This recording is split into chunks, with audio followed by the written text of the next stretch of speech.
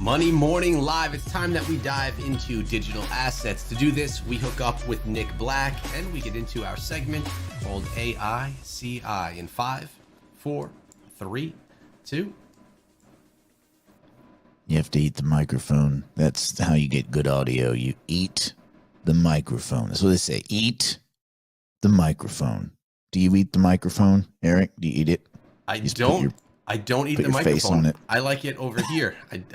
You're right, though. Better audio the closer you are. This is true. It's so good. Yeah.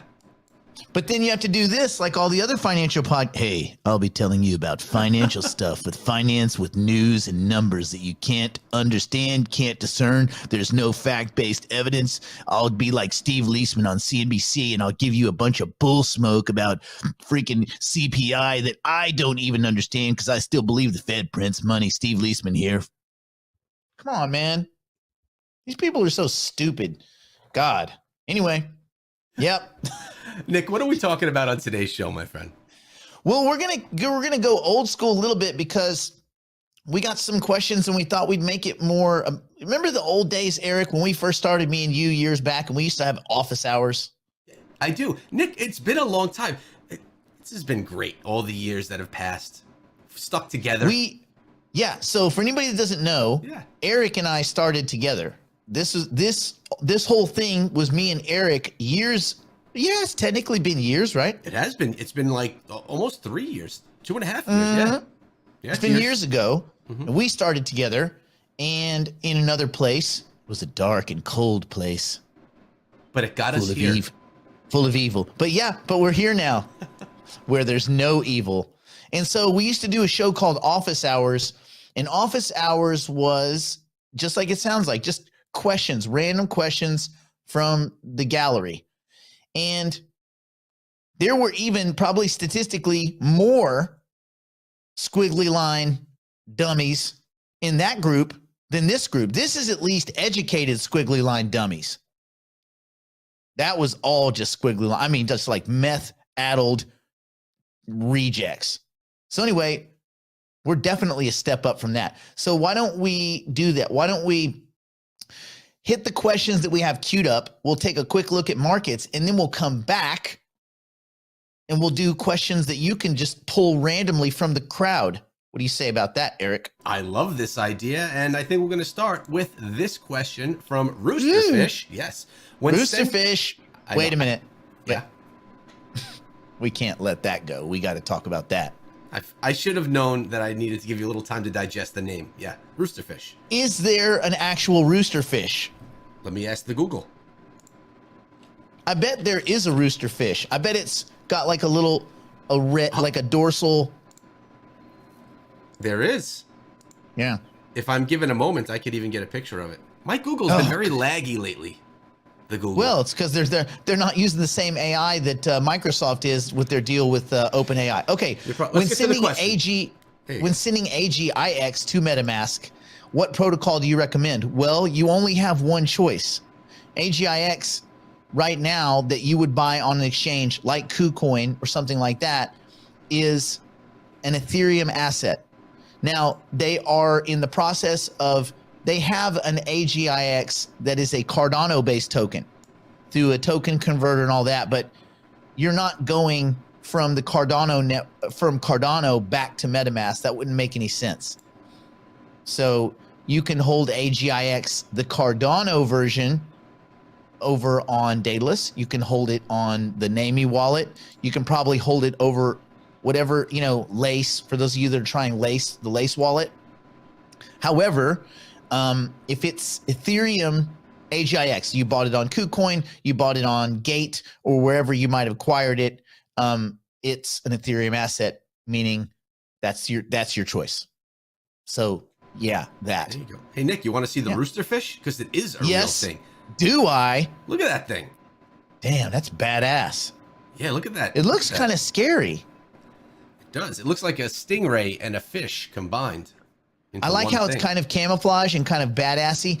I wonder, is that a big roosterfish or is that just a basic roosterfish? Is that like, if you throw a hook in the water, you're going to just hook a roosterfish of that size? Or is that like a little baby? Or is that a big one? Oh, I found larger roosterfish. Go on. 1 second. I'm going to grab it for you because this one is actually impressive. Here, 1 second. I have a buddy who was a marlin fisher. He fished, swordfish, and he got stabbed in the shoulder by a marlin that jumped. It knew, I guess this fish knew this was in the outside. Jesus. Okay, they get bigger. They get bigger. They do. He was fishing. He was a buddy of mine from the Legion, and he was like a badass. And they were fishing, and I guess at some point these fish know they're caught, and they just say, "Screw you," and they jump in the boat and they try to spear you. That sounds painful and dangerous. It worked. They speared him. Oh man. Yeah, and he said he's like, the fish got away. We couldn't even. I'm like, good for the fish. 1-0. Yeah, try to catch me. I'm gonna catch you. It's not like you're gonna eat it. Those dudes just they just want the sword part. I'm like, it just looks like a stick that you would get at Walmart. Just go buy a stick. Tell people it's a swordfish spine. No one's gonna know the difference. No one gives a crap about swordfish spines. Anyway. I have Raymond Reeves' question. I feel like Raymond Reeves' question is the same as the old question. What's the best AGIX wallet? I mean, right now, MetaMask. What do you think, Eric? You have AGIX. Where do you hold it? I hold it in MetaMask because that's where I get the airdrops, if it's in MetaMask. That's actually where I got it from as well. I swapped into it on MetaMask and has just been holding it there. Crypto Codger said that marlin was the best thing he ever ate. Ever? Ooh. Like ever. Have you had the new double quarter pounder that's got bacon on it? You're comparing a quarter pounder, what is that, from Burger King to a fresh fish? What? God, man. No, McDonald's. Oh. And first of all, don't besmirch if you haven't had it. Double quarter pounder with cheese with bacon on it.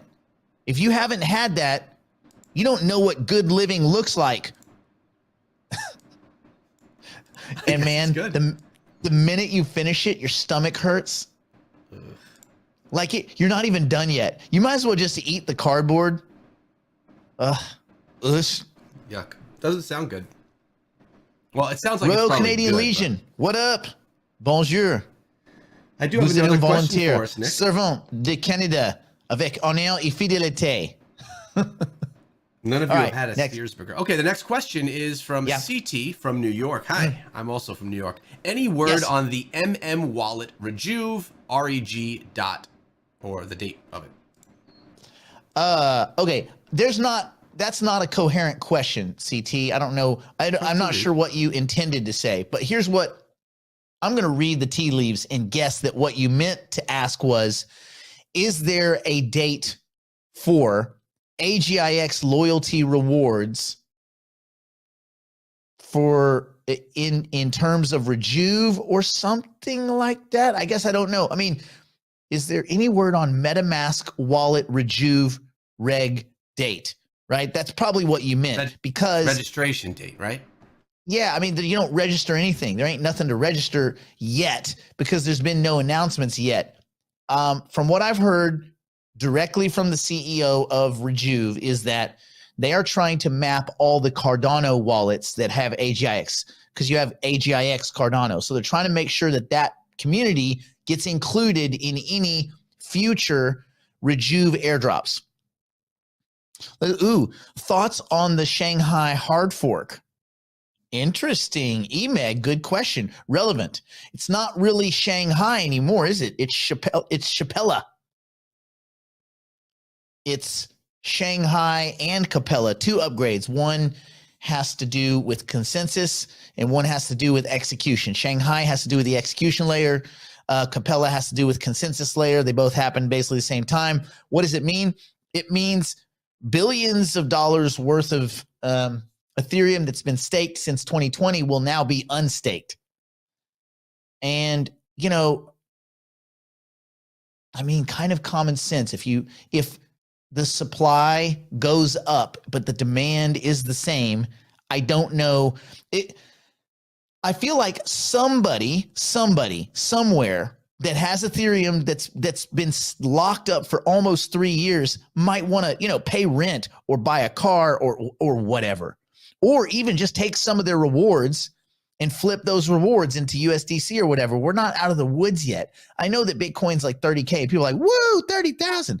30,000 is nothing. It is less than half of where we were in 2021 at almost 70,000. Ethereum is less than half of what it was. All these things are less than half. Some of them are like a tenth of what they were. So I don't know. I mean, if you allow a lot of people to unstake that have had their money locked up for 3 flipping years, I mean, somebody's going to sell. And if anybody sells, that's more selling pressure than there currently is. Price go down. I don't know any other way around it. Now, you can have creeps behind the scene, try to cook the books and pump some orders on some illiquid exchanges and make it look like, oh, everything's never been more bullish. But that's bullish. The other kind of ish. Get it? Bullish? Bullish. Like, Eric, you got that, right? I got it. I know where you're going there. Because like people will say ish when they really mean other thing. Yeah. Yeah. So I don't understand. So yeah. So what is the overall effect of it? Good, great upgrades for Ethereum. That's awesome that we've reached this point where you can unstake staked Ethereum. That's cool. I don't know price-wise if that's good. I feel like that's bad. Now, it takes about 4.75 to 5 days for you signal that you want your tokens out and actually have them out and actually hit the market with them is like 5 days. So my guess is Thursday, Friday, Saturday, Sunday. Monday may not be a good day for Ethereum. We'll see. I like that assessment. And Kent said that 70% of ETH stakers are underwater right now. Kent, you ever sold something that was at a loss? You've never sold anything at a loss, or you have sold some things at a loss because you simply need money? I mean, because you're at a loss. And also, that would be accusing the Ethereum community of being the biggest financial wizards. Like they have strict rules that they adhere to of financial soundness. These dude, man, it's mostly dummies. Even at the institutional level, it's mostly dummies.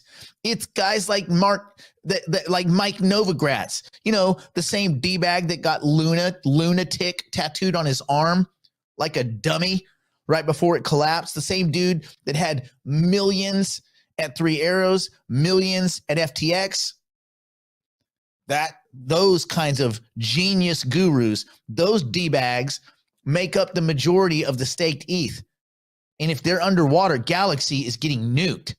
Galaxy Digital, his garbage fund that he had to set up in Canada because he can't set up anything in the United States because everybody knows he's a flopski.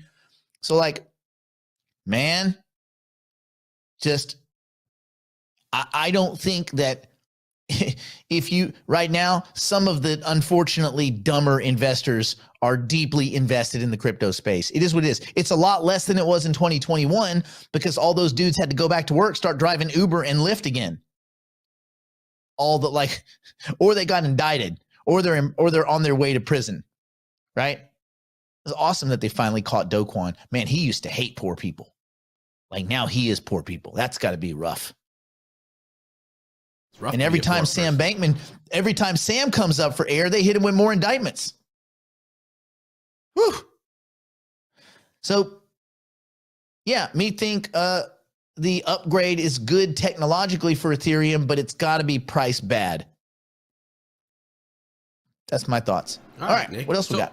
Well, that's all we have for questions. I do have some questions that I took from the community. You know what? Let's take one here, and then we'll do the look over assets. We got this one that just came in from Jim. Will Dust be airdropped on Lace? Well, it's nothing. No, Dust is not going to be airdropped, Jim. That's not even how it would work anyway. If you're staking now, Lace is a wallet that would allow you to stake. So will you be getting rewards for validating? They would be validation rewards. Staking rewards is how you should classify it in your mind. Staking rewards, and you'll get them every 5 days, which is every epoch in Cardano terms. So every 5 days you get your staking rewards, and that would be cool. And but that's not for a while because they don't even have. I mean, I don't even think there's a working test net for Midnight yet. So Midnight is the protocol. It's a privacy layer. It's a layer 2 privacy layer for Cardano that's being built But Cardano rolls the IOHK and all that. They roll out things, or it's IOG now, input output global. They roll out things when they're ready, not when people on Twitter are like, give me my stuff. So they typically err on the side of caution. I do have some hypercycle announcements, which I will talk about tomorrow in the digital heavyweights. This is not the place. All right, for Nick, that. do you want to get into a little bit of a digital asset market review, and then we'll take some more questions from the community? Sure. All right. Well, let's do it. Take us to your charts. What are you liking? What are you not? Or is it just a whole bunch of... It's not like or not like. It's just I'm just watching. I have a lot of. I'm probably sitting like maybe a little over 10% in cash, but everything is, in my opinion, still pretty well priced. I know people stare at Bitcoin like, oh my God, but it's sticker shock. You look at the big sticker price, but it hasn't really moved like super dramatically. It's still less than half of its all-time high. And so that's what I kind of use that as a relative figure. So I don't think you're going to go broke owning Bitcoin, but I don't think you're not going to be rich. I think that it may keep you from going broke, but it's not going to make you rich. Very few people are going to own Bitcoin and get rich because Bitcoin. It's like the people who got rich because gold. Nobody, because it doesn't track inflation and at all. At least with Bitcoin, you have an asset that is wildly outperformed, at least in its history, in its limited history of just 13, 14 years. Every other asset in human history has been outperformed by Bitcoin. And Bitcoin now is like a slow, clunky, old, kind of sad horse that you're like, well, I'm not going to send him to the glue factory because I love him, but I'm not going to ride him either. Like, that's Bitcoin. Cool, but you're not going to get rich off of Bitcoin. However, on the other side of it, I think over time it will outperform debasement effects of government issued currencies. It's like a better version of gold, probably. Ethereum, smart contract network. It's great-ish. It's slow and clunky and wildly expensive to use. There was a question that we just decided to skip over about Ethereum fees and like, why does it cost so much? Ethereum fees are fixed. It's a fixed transaction fee, whatever the gas price is. And that's basically just the amount of Ethereum it takes to fire off a transaction of a certain kind. That's a relatively fixed thing. Like whether you send $18 or 180,000 is probably going to be like $3.65. Like to just make that sense. Now, if you're doing swaps incur other fees because like through MetaMask, when you're doing a swap, it goes out and sources liquidity from a variety of places, and it may have to pay little fees along the way. And so you're paying more for a swap, but just sending Ethereum is fixed at whatever the cost is at that time. And then Eric, you were talking about, they have little widgets that you can put in your browser that look at the gas, the cost of Ethereum at any one moment. Ethereum gas price is the one that I use. It's always up there on top, and you could always see what the gas prices are. So you just simply do transactions or move things around when the gas prices are low. Pretty easy to do. Yeah. So anyway, there you go. XRP, just waiting for settlement. A bunch of douchebags that run the company and like one or two good people. Their big thing now is like, oh, we're going to, the Bank of Montenegro, that giant place, is going to build a CBDC on top of XRP. Hey, that's good. It shows a use case. I'm not a hater. I'm all for that. Is Montenegro going to move the price of XRP? Hasn't yet. Could it? Probably not. But does it show a use case that's good? Yes. So good for XRP, I guess. Would I be buying it? Probably not. I own some. I ain't adding none. And I'll sell when they get this settlement done and the price goes up to $1 and then invariably comes back down to 20 cents. Cardano, Hydra's coming. That's all I can really say is Hydra's coming. They keep rolling out good quality products. The Lace wallet's really cool. And again, when you see the first version of any of this tech, just understand it's an MVP. It's a minimally viable product that will get better. It's like with all this AI stuff right now. You're seeing the very worst. And the very worst that these large language models and NLP systems have to offer. The very worst they have to offer over the last 3 months is still good enough to replace 95% of the human workforce, to obsolete 95%. So, and this is the very worst version of these tools. And every week they just get better. If you really want to look into something that's badass, look up Auto GPT, which has real-time internet access, short and long-term memory, and this whole recursive system that uses language models to enhance language models. It's freaking wicked. And if you look up Auto GPT and read about it and think you still have a job, use a dummy. All right, Dogecoin, that's another dummy coin. I think that they just rolled out a partnership between Cash. It was the Cash App and Twitter, right? Isn't that right, Eric? Have you seen that? I believe it was.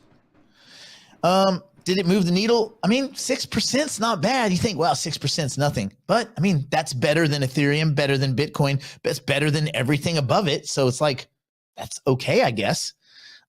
Is Dogecoin going to be any kind of world standard anything? I doubt it. Something started as a practical joke probably has a ceiling, and that is that.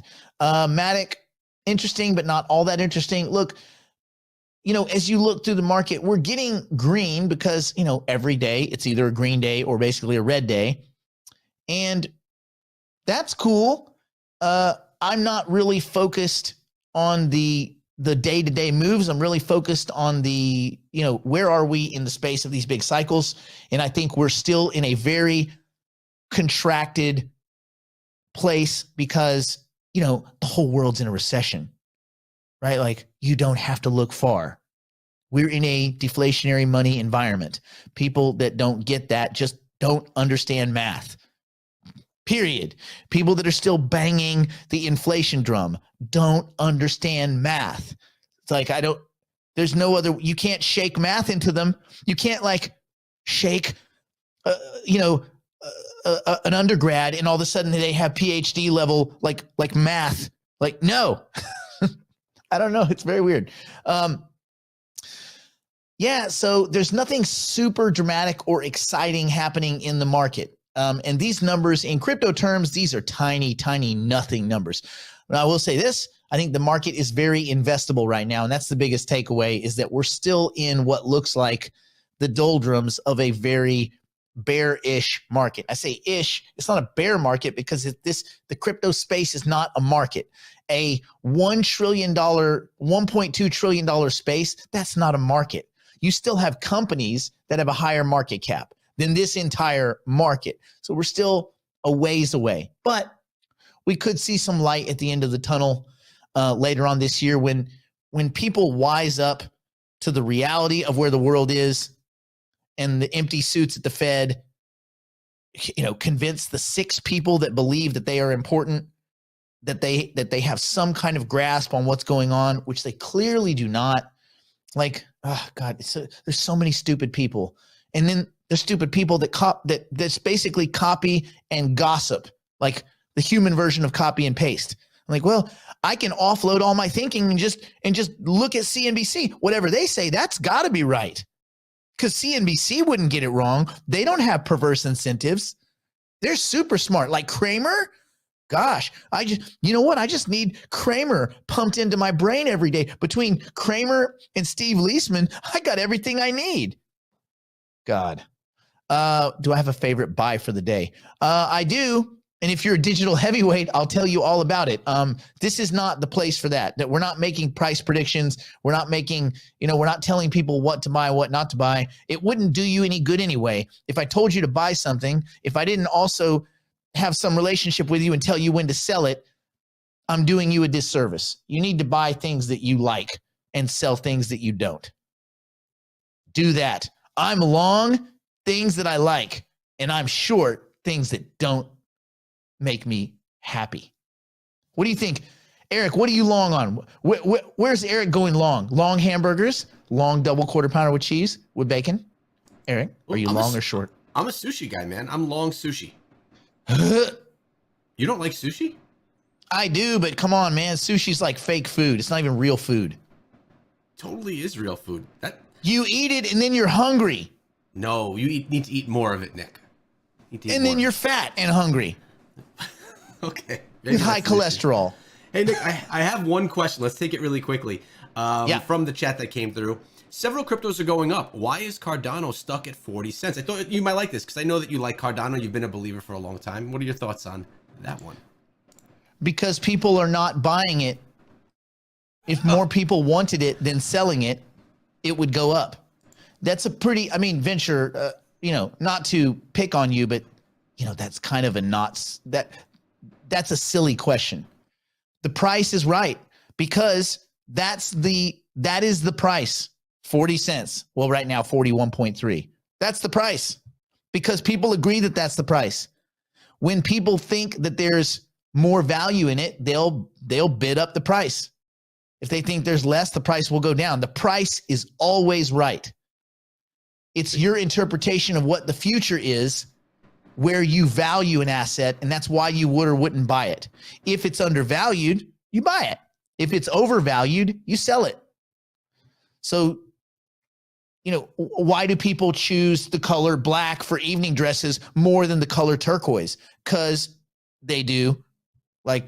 Those kinds of questions don't make a lot of sense. I'm sorry I chose people that. Do what they do.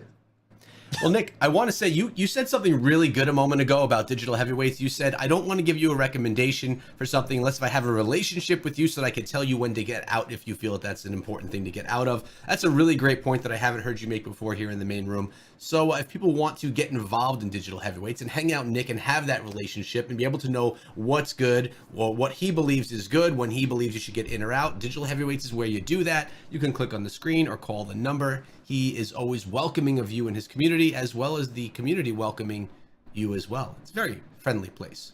But yeah, that was a mumbly jumbly word soup. Yeah, and even then, listen, the digital heavyweights is more about education. If you're just coming in for price picks, wrong place, bro. I'll tell you what I'm buying, but I'm not going to tell you what you should buy. You should never, ever turn to somebody and say, what should I buy? That is the dumbest intellectual thing you can ever do. You need to be saying, why are you buying this? Why are you selling that?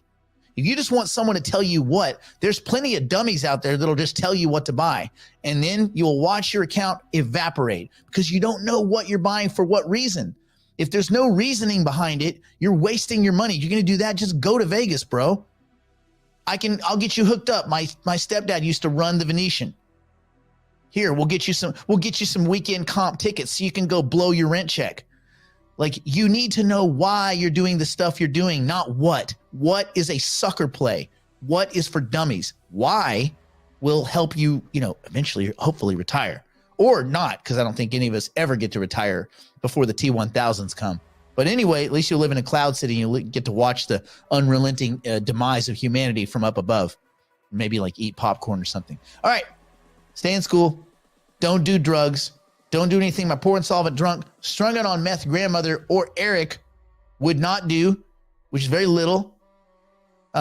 Heavyweights, we'll see you tomorrow. And we do have some hypercycle news for you, which is cool. All right. Deuces. Beep, beep, beep, beep, beep, beep, beep.